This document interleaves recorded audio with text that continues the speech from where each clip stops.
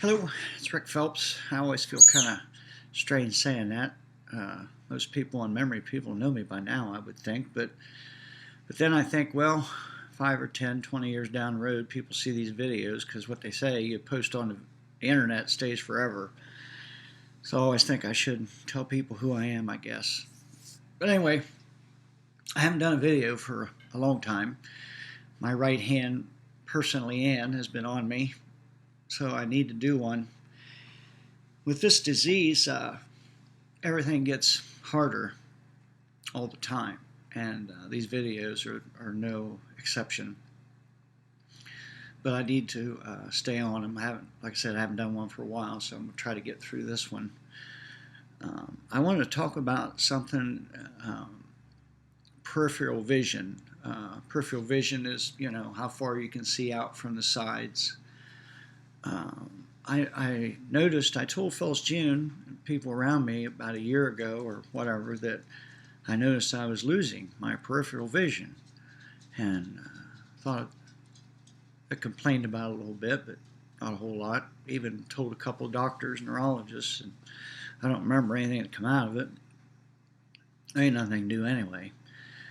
But lo and behold, with this disease, you do lose your peripheral vision.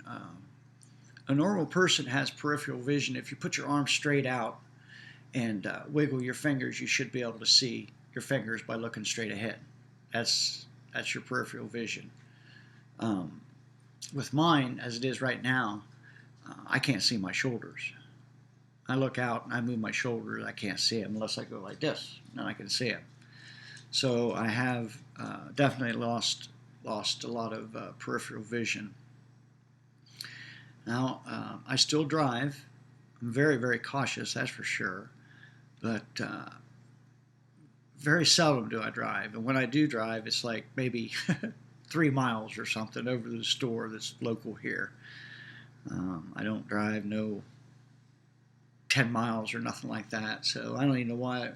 There's probably going to come a time here real soon that I'm going to, end up not driving at all because I feel that I still can drive, but with my peripheral vision is starting to bother me. But anyway, back to the peripheral vision thing. This is something important because when it gets worse, it's out here and then it keeps coming in like this. And then you have what they call tunnel vision, blinders, if you will.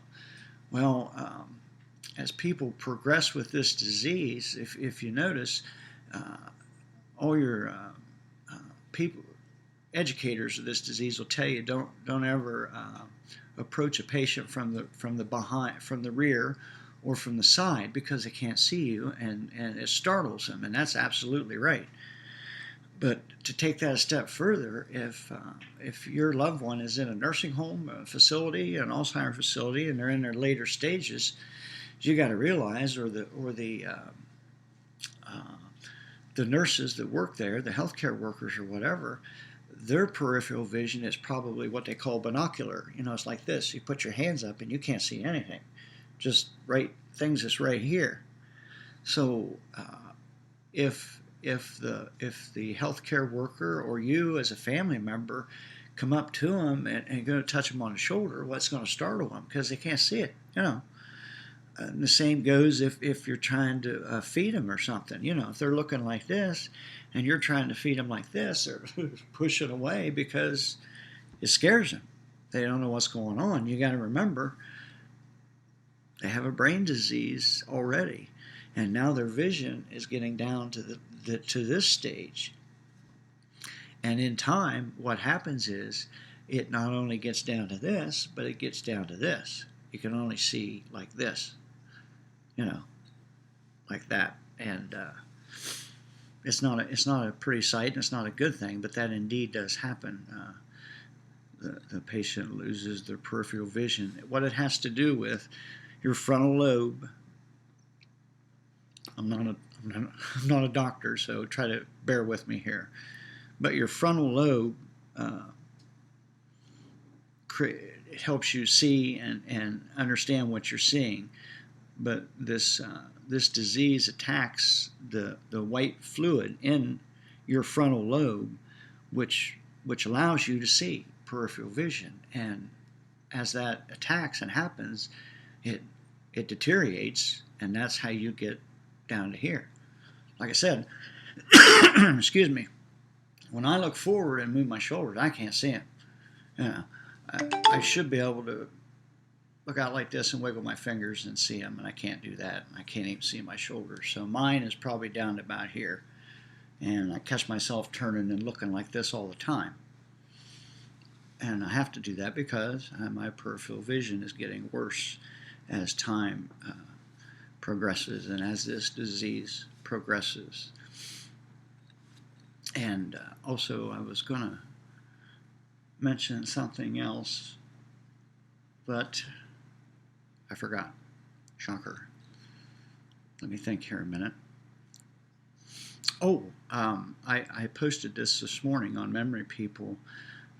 I tell people all the time, when I do Skype support group meetings, or if I'm at a support group meeting here locally, or if I'm asked to speak in an organization or something, I listen to a lot of people and caregivers and patients if they're there or whatever. But then I try to correct them if I hear people saying, well, so-and-so has a memory loss and this, that, and the other. And I tell people all the time that patients with Alzheimer's disease, EOAD or Lewy body or whatever the case may be that falls under the dementia umbrella, it is indeed a brain disease. It's not a memory loss. I can't speak for everyone, but I can speak for myself. I don't forget things. It's just gone. It's erased from my memory, never to return. Now, I've caught myself dozens, if not hundreds of times with Phyllis June or whoever. She'll be telling me something. She'll say, well, you remember? And I'll say, oh, yeah, that's right. Well, I don't have any idea what she's talking about. But it's easier for me to say, yes, I remember that now, than to explain to her over and over and over, I don't have any idea. Because as a caregiver and as my wife and everything, she does an excellent job, but she doesn't understand. It's so hard for people to understand and keep a hold of the idea that this is a brain disease, not a memory loss. I explain to people, it's like if you're sitting around and you hear a song and you can't remember who sang that song, then sooner or later somebody will remember that. Well, when you have this disease, that's never going to happen because it's gone. With me, it's not. I don't forget something and then remember it 10 minutes later or an hour later. That's how it is with this disease. It's a brain disease, not a memory loss. There's a distinct difference. I try to explain that to people all the time, that it's not like you've lost your wallet or car keys or anything like that. When you deal with memory loss, people, you'll remember things sooner or later, but with this disease, I don't remember anything about yesterday. My yesterdays are gone. I tell people that all the time. My short-term memory, I couldn't tell you what we had to eat last night.